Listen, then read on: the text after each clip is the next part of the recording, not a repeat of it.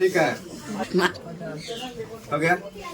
सुनिए, पदार्थ के कल हम लोग पढ़े थे कि किसी भी वस्तु का एक सूक्ष्म कण होता है। क्या होता है? सूक्ष्म कण होता है। सूक्ष्म कण होता है कि नहीं? और वो जो कण होता है उसका कोई ना कोई भार भी होता है कि नहीं? और पहले का दार्शनिकों ने बताया था कि इसे विखंडन नहीं किया जा सकता है, लेकिन अब जो है इसका विखंडन हो गया है कि नहीं? समझिए, एक होता है क्या पदार्थ में, शुद्ध पदार्थ होता है, एक अशुद्ध पदार्थ होता है। शुद्ध वाला को हम लोग ये केमिस्ट्री के हिसाब से द्रव्य बोलते हैं। जैसे कि चीनी एक प्रकार के क्या होता है? शुद्ध द्रव्य होता है। शुद्ध द्रव्य होता है। वो क्यों होता है? क्योंकि चीनी पहले बनाया जाता है तो उसमें जो भी अशुद्धता होता है उसे हटाया जाता है। क्या होता है? उसे अशुद्धता को हटाया जाता है। लेकिन दूध जो है, दूध एक प्रकार के क्या है?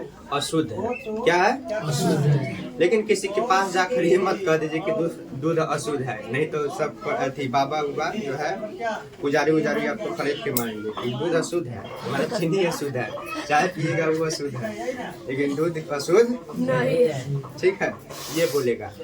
लेकिन केमिस्ट्री के हिसाब से पढ़िएगा तो दूध क्या है? अशुद्ध है, क्योंकि उसमें वसा, प्रोटीन, कार्बोहाइड्रेट ये सब मिलेगा। ठीक है, तो समझ। पदार्थ का सूक्ष्मतम कण को हम लोग क्या बोलते हैं? सूक्ष्मतम इकाई को कण बोले थे ना, जिसका विखंडन किया जा सकता है। लेकिन पहले का दार्शनिकों का मत था कि इसे विखंडन नहीं किया जा सकता है। और हम लोग पढ़े कि पानी में क्या होता है? रिक्त स्थान होते हैं कि नहीं, जिसमें चीनी विलीन होती है कि नहीं, ये बता चुके हैं। भौतिक प्रकृति में बताते हैं पदार्थों कणों का बना होता है, ये तो भी बता दिया। जितना भी समस्त दुनिया में जितना भी चीज दिखाई दे रहा है, जितना भी पदार्थ है, वो सब क्या चीज के बना होता है? कणों का बना होता है। जो भी जिस तरह के पदार्थ है उस तरह का उसका कण होता है। जिस तरह के पदार्थ है उस तरह के क्या होता है? कण होता है। क्या होता है जी? कण होता है। जिस तरह के पदार्थ है उस तरह के कण होता है। जिस तरह के, जैसे समझिए कि कागज क्या है? एक प्रकार के पदार्थ है। कागज क्या है? पदार्थ। एक प्रकार के पदार्थ है। इसको जितना भी तोड़िएगा तो इसमें सुन कागज ही निकलेगा कि कोई इसमें पानी में निकल रहा है? नहीं निकल रहा है। तेजाब निकल रहा है? नहीं निकल रहा है। तो जिस तरह के पदार्थ होता है उस तरह का उसमें कण होता है। और सबसे छोटा इकाई होता है, पार्ट होता है, उसे हम लोग सूक्ष्म कण बोलते हैं। क्या? सूक्ष्म कण बोलते हैं। इससे ज्यादा नहीं। आगे चलकर इसे हम लोग अणु, परमाणु ये सब पढ़ेंगे तो ये पहले समझिए कि पदार्थ का सूक्ष्मतम कण होता है। क्या होता है? सूक्ष्मतम कण होता है। वही मिलकर एक कण से मिलकर क्या होता है? पदार्थ बनता है। लेकिन पदार्थ को अगर देखा जाए तो शुद्ध कण को हम लोग क्या बोलेंगे? परमाणु बोलते हैं। और शुद्ध मिलकर अणु बन जाता है। ठीक। और अशुद्ध को क्या बोलते हैं? पदार्थ को पदार्थ बोल देते हैं। उसमें मिश्रण पर हिसाब होता है, जैसे कि समांगी मिश्रण, विसमांगी मिश्रण। जैसे कि दूध क्या है? पदार्थ है, उसमें क्या होता है? मिश्रण है, लेकिन उसमें कोई यौगिक नहीं है। ठीक है, उसमें वसा, प्रोटीन ये सब का मिश्रण होता है कि नहीं होता है? तो इस तरह हम लोग जानेंगे कि जो भी पदार्थ है वो एक सूक्ष्मतम कणों से मिलकर बना होता है। हमारा शरीर भी अब देखिएगा तो एक छोटे छोटे कण से जुड़कर मिला है। वो कण क्या है? कोशिका है। वो कण क्या है? कोशिका है। ये सब हम पढ़ चुके हैं। अब पढ़ने वाले थे कि पदार्थों का कण जो है अत्यंत सूक्ष्म होते हैं। पदार्थ के कण क्या होते हैं? अत्यंत सूक्ष्म होते हैं। पदार्थ के कण इतने सूक्ष्म होते हैं कि इनकी हम क्या कर सकते हैं? कल्पना नहीं किया जा सकता है। बताया जाता है कि पदार्थ के कण इतना सूक्ष्म होता है कि इसका कोई कल्पना नहीं किया जा सकता। किया जा सकता है निम्नलिखित कार्यकलाप के द्वारा आसानी से हम इसे समझ सकते हैं, लेकिन इसका कल्पना नहीं कर सकते। जैसे बोला कि प्रथम चरण में हम क्या करते हैं? 100 ml का जल लेते हैं, उसमें कॉपर सल्फेट का द्रव्य कुछ घुला देते हैं, और उसके बाद बोला है कि रंग क्या हो जाएगी? नीला। समझ में आ गया? मतलब कहने का मतलब है कि 4-5 गो गिलास ले लेना है इस तरह से। अभी हम इसका प्रैक्टिकल करके आपको बताएंगे। ये देखिए क्या हो गया? गिलास लिए, ठीक है, और 3 गो 4 गो गिलास ले लेते हैं, और थोड़ा इसमें का सब में पानी डाल लेते हैं। पानी डाला हुआ है, ठीक है, पानी डाला हुआ है कि नहीं है? तो देखिए यहाँ पे इन सभी गिलासों में हम लोग पानी डाल दिए। अब इसमें क्या करते हैं? एक गिलास में 4-5 दाना कॉपर सल्फेट के हम लोग रवा इसमें डालते हैं 4-5, और उसके बाद क्या करते हैं, इसमें से पानी इसमें ट्रांसफर करते हैं, इसमें डालें। अब बताओ इसका कलर कैसा हो जाएगा, इतनी टहकार रहेगा कि नहीं। फिर अब इसका पानी इसमें डालेंगे तो इससे थोड़ा सा फीका रहेगा कि नहीं, मतलब इसका कम इसका कलर रहेगा, और उसके बाद सबसे कम दिखाई देगा। अर्थात कहने का मतलब होता है कि ये 4-5 दाना इतना सा दाना में इतना कलर हो सकता है, जिसका मतलब समझ जाइए पदार्थ कितना सूक्ष्म हो सकता है। कल्पना कर सकते हैं आप, कर सकते हैं कि नहीं, क्रिया विधि से समझ सकते हैं आप कि ये जो है पदार्थ इतना छोटा होगा कि बताइए 4-5 दाना, इतना छोटा दाना डाले तो इतना पानी को रंगीन कर दिया, नीला कर दिया, फिर इसे भी इसमें से थोड़ा सा पानी डाले तो इसे भी थोड़ा सा नीला किया, और फिर क्या किए, इसका पानी थोड़ा सा इसमें डालते हैं तो इसे भी नीला किया, फिर इससे पानी थोड़ा सा डालते हैं तो ये हल्का नीला होता है। अर्थात इससे स्पष्ट होता है कि एक दाना से इतना कुछ फैल सकता है कलर, तो समझिए कि वो कितना छोटा हो सकता है ये पदार्थ। ये कॉपर सल्फेट का एक कण कितना, एक कण में कितना छोटा छोटा कण समझिए, 4-5 दाना डाले तो इतना पानी को रंगीन कर सकता है, तो समझिए कि एक छोटे कण में कितना कण होगा जिससे एक दाना बना हो। आ गया समझ में, ठीक। अब समझिए पदार्थ, अब तीसरा पदार्थ का नियम समझिए। पदार्थ का तीसरा नियम क्या होता है, पदार्थ के कण अनवरत गतिशील रहता है। पदार्थ का कण अनवरत गतिशील रहता है। गतिशील रहने का कारण जो होता है आप अनुभव करते हैं, जैसे कि हवा का कण जो होता है गतिशील नहीं होता तो हमारे पास नहीं आता नहीं। जैसे पदार्थ का कण स्थिर नहीं रहते हैं बल्कि हमेशा गतिशील रहते हैं, जिसे निम्नलिखित कार्यकलाप द्वारा समझा जा सकता है। अगरबत्ती देखे हैं, अगरबत्ती है, अगरबत्ती एक प्रकार का क्या है, पदार्थ है, और उसमें छोटे छोटे कण होता है कि नहीं। अब बताओ उसे हम जलाते हैं तो हमारे पास महक आता है कि, जैसे अच्छा कोई व्यक्ति जो है मूली उली खाया है और ढकार छोड़ता है तो आता है कि नहीं, उसका महक कुछ दूर तक ले जाता है कि नहीं। तो हर पदार्थ के कण क्या होता है, बताया है कि गतिशील होता है, अनवरत गतिशील, बताया ना जी कि पदार्थों का कण क्या होता है, अनवरत गतिशील होता है। अब समझिए कि कौन कौन से पदार्थ का अनवरत गतिशील रहता है, समझिए। और देखिए गंधक होता है, गंधक कार्बाइड टुरबाइड को देखते हैं, किला विला में डालते हैं, अब वो पदार्थ है, जब उसका जो अभिक्रिया करता है तो उससे कोई गंधक निकलता है ना जी। हवा से जब अभिक्रिया करेगा तो क्या होता है, उससे कोई महक निकलता है, और हमारे कहाँ तक, नाकों तक सूंघते हैं कि कान से सूंघते हैं, बताओ। और हाँ, इससे जो है निकट जाने पर क्या होता है, और ज्यादा सूंघा जाता है, आता है कि नहीं आता है, महसूस किया है ऐसा। और अगरबत्ती को भी महसूस किए होंगे, किया है कि नहीं। इत्र वगैरह फॉग यानी कि सेंट ये सब इस्तेमाल किया है कि नहीं। ये सब क्या होता है, उसमें क्या होता है, गैस होता है, उसका कण जो है हमारे वातावरण में मिलता है, हमारे पास आता है, गतिशील नहीं होता। तो यहाँ तक आता है, कोई वहाँ घर में सेंट मार रहा है, शादी विवाह में अपना घर में लुका के बढ़ता है, आ जाता है बाहर उसका महक का, कोई पहन के चढ़ा जयमाला पर उसका भी आ जाता है, आता है कि नहीं आता है, समझिए।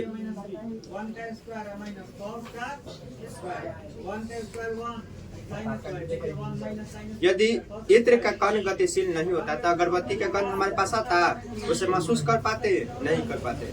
पदार्थ को जितना गर्म करिएगा ना तो उसका कण क्या होता है, गति में परिवर्तन आ जाता है, गतिज ऊर्जा बढ़ जाता है। पदार्थों के कण को अगर जो जितना गर्म करते हैं उसका गतिज ऊर्जा क्या होगा, बढ़ जाता है, गतिज ऊर्जा बढ़ जाएगा, ठीक है, गतिज ऊर्जा उसका बढ़ जाता है, ठीक। तो कहने का मतलब है कि जिस कणों का वेग बढ़ा और किसी भी कणों का वेग बढ़ाना होगा तो उसका ताप में क्या करेंगे, ताप को बढ़ा देंगे, उसका कण का वेग बढ़ जाएगा कि नहीं। जैसे कि ताप बढ़ाने पर कणों का वेग में वृद्धि हो जाती है। जैसे लोहा के कण होता है वो भी गतिशील कर सकते हैं, कब, उसका ताप उतना दीजिएगा तो देंगे तभी ना होगा।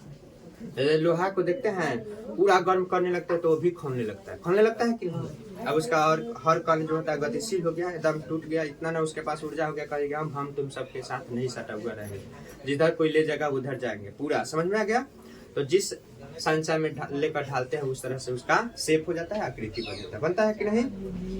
तो ताप बढ़ाने पर क्या होता है, कणों का वेग में वृद्धि हो जाता है। पदार्थों का कण एक दूसरे को आकर्षित करते हैं। पदार्थ के जो कण होता है क्या करता है, एक दूसरे को आकर्षित करता है। उसे कौन सा बल कहेंगे, आकर्षण बल। उसे कौन सा बल, आकर्षण बल कहेंगे। ठीक है। और पदार्थ के कणों के बीच के जो बल रहता है उसे क्या कहेंगे, आकर्षण बल कार्य करता है, जिसमें अंतर अणुक आकर्षण बल कहते हैं। उसे क्या कह सकते हैं, अंतर अणुक आकर्षण बल। इसलिए जो पदार्थ है, पदार्थ कैसे के बना है, कणों के बना है। तो कण जो है दोनों के आपस में यानी कि अंदर अंदर कोई बल काम कर रहा है, जिसके कारण वो एक दूसरे को पकड़ा है। तो इसलिए उस बल को क्या कह सकते हैं, अंतर अणु आकर्षण बल। यानी कि दोनों का अणु एक दूसरे के अणु किसी दूसरे अणु को पकड़ता है कि नहीं, उस तरह बल को क्या कहेंगे, अंतर अणु आकर्षण बल। इसी बल के कारण पदार्थ के कण एक साथ बंधे रहते हैं। इसी बल के कारण पदार्थ का कण जो होता है एक साथ बंधे रहते हैं। और इस बल की सामर्थ्य विभिन्नता पदार्थों के भिन्न भिन्न होते हैं। समझ में आ गया। ये जो इस बल की सामर्थ्य और विभिन्न पदार्थों के भिन्न भिन्न होता है। मतलब इस सब जो बल है अंतर अणु का आकर्षण बल, क्या सबका अंतर अणु का आकर्षण बल एक ही जैसा होता है, सबका अलग अलग होता है। उसके प्रकृति पर निर्भर करता है कि वो कैसा है। जैसे कि बताइए ठोस का सबसे ज्यादा होगा, पानी का कम होगा, थोड़ा गैस का उससे भी बहुत कम होगा कि नहीं होगा। उदाहरण के लिए लोहा के कील को देखिए, एक लोहा के कील ले लीजिए, उसे खूब हाथ से मईसिए, उसका कण का टूट जाएगा।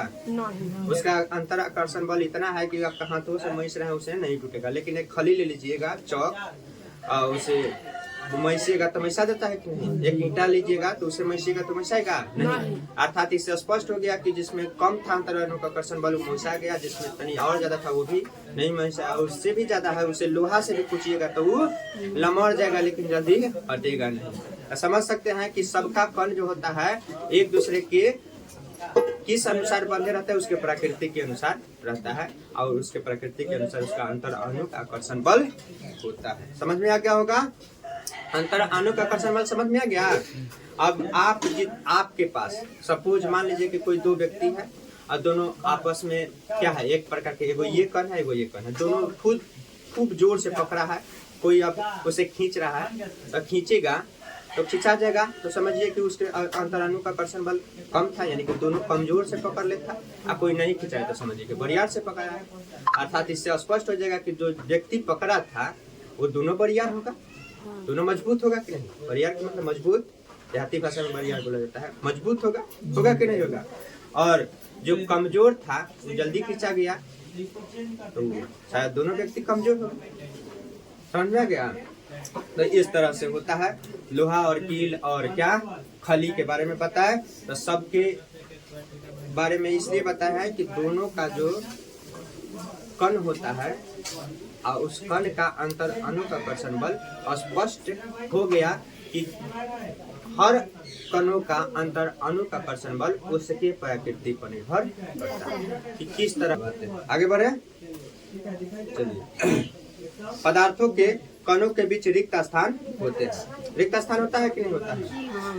पदार्थों के बीच रिक्त स्थान होता है। अगर जो पदार्थों के बीच रिक्त स्थान नहीं होता तो लोहा को हम लोग पूछते हैं तो फैलता है कि नहीं फैलता है। पानी के बीच में जब हम नमक मिलाते हैं तो घुलता है कि नहीं। चीनी मिलाते हैं तो घुल जाता है। आखिर क्यों, तो उसमें रिक्त स्थान है तभी ना। ठीक है। उससे हम उस रिक्त स्थान को हम लोग क्या बोलेंगे, अंतर अणुक स्थान। अंतर अणुक स्थान यानी कि एक अणु दूसरे अणु के बीच में क्या है, कोई जगह है और उस जगह को क्या बोलेंगे, अंदर के अणु के स्थान। क्या अंतर अणुक स्थान। उस अंतर अणुक स्थान में खाली जगह होता है और वही अणु दूसरे को पकड़ रहा है तो उसे क्या कहेंगे, एक दूसरे को आकर्षित कर रहा है तो उसे अंतर अणुक आकर्षण बल। क्लियर हो गया।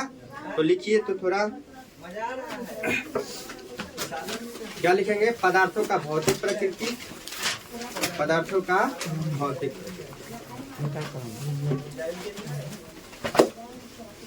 पदार्थों का भौतिक प्रकृति। ठीक है।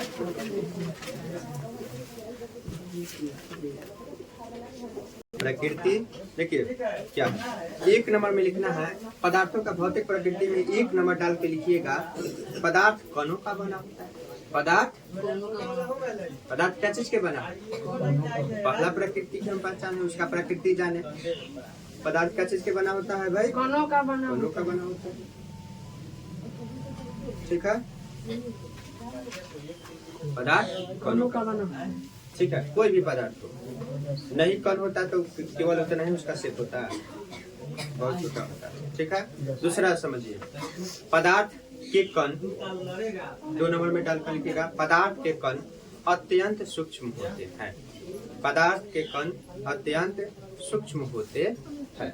पदार्थ के कण क्या होते हैं? अत्यंत सूक्ष्म होते हैं।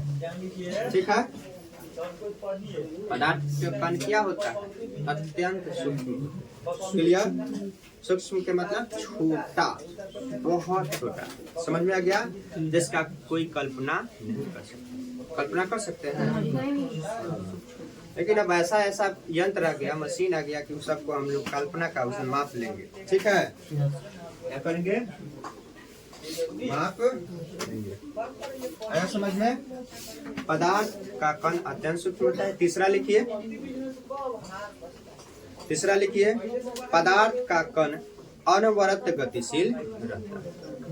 पदार्थ का कण अनवरत गतिशील रहता है, बल्कि स्थिर नहीं। क्या होता है? अनवरत गतिशील रहता है। ठीक है, शील रहता है। जैसे एग्जाम्पल में इसका लिख लेना होगा, अगरबत्ती का जो गंधक महाकुहक होता है, क्या सुगंध, अगरबत्ती का सुगंध, अगरबत्ती के क्या हो गया? पदार्थ का कण हमेशा अनवरत गतिशील रहता है। हो गया? चलिए 4 नंबर डाल के लिखिएगा, पदार्थ के कण एक दूसरे को आकर्षित करते हैं। एक दूसरे को आकर्षित करते हैं। पदार्थ का कण एक दूसरे को आकर्षित करते हैं। पदार्थ के कण क्या करता है भाई? एक दूसरे को आकर्षित करता है। आकर्षित के मतलब समझ रहे हैं ना? वो चाहेगा कि हम उसे खींचे और खींच कर रख ले रहता है, जिसे अंतर अनुक आकर्षण बल कहते हैं। अंतर अनुक आकर्षण बल कहते हैं। अंतर अनुक आकर्षण बल कहते हैं। क्या कहते हैं? अंतर अनुक आकर्षण बल कहते हैं। पदार्थ के कण एक दूसरे को क्या करता है? खींच कर रखता है, और उससे बंधे हुए बल को क्या कहेंगे? अंतर अनुक आकर्षण बल कहते हैं। क्लियर हो गया? आप समझिए।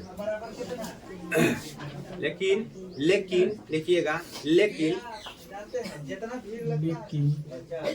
ये बल पदार्थों के प्रकृति पर निर्भर करता है।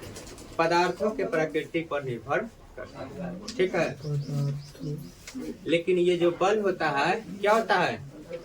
पदार्थों के प्रकृति पर निर्भर करता है।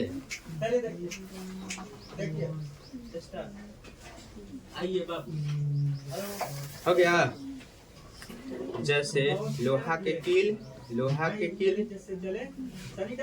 ईंट के टुकड़ा, क्या लोहा के कील, ईंट के टुकड़ा हो गया। खरिया मतलब समझते हैं ना जी? चौक, जो बोर्ड पर लिखा जाता है, चौक। ये सब से स्पष्ट हो जाता है क्या जी कि अंतर अनुक आकर्षण बल उसका कितना है। चलिए 5 नंबर में लिखिए, 5 नंबर में लिखिए आप, पदार्थ के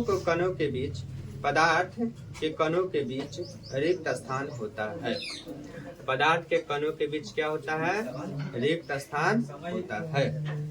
देखिए, पदार्थ के कणों के बीच क्या होता है? रिक्त स्थान होते हैं। उस रिक्त स्थान को अंतर अनुक स्थान बोलते हैं। उस रिक्त स्थान को, पदार्थ के बीच क्या होता है, रिक्त स्थान होते हैं, उस रिक्त स्थान को अंतर अनुक स्थान, अंतर अनुक स्थान कहते हैं। इंग्लिश में इंटर मोलिकुलर स्पेस बोलते हैं। ठीक, रिक्त स्थान अंतर, बोलो मत, केवल लिखो। उसे अंतर अनुक स्थान बोलते हैं, उसे अंतर अनुक स्थान बोलते हैं। क्लियर हो गया?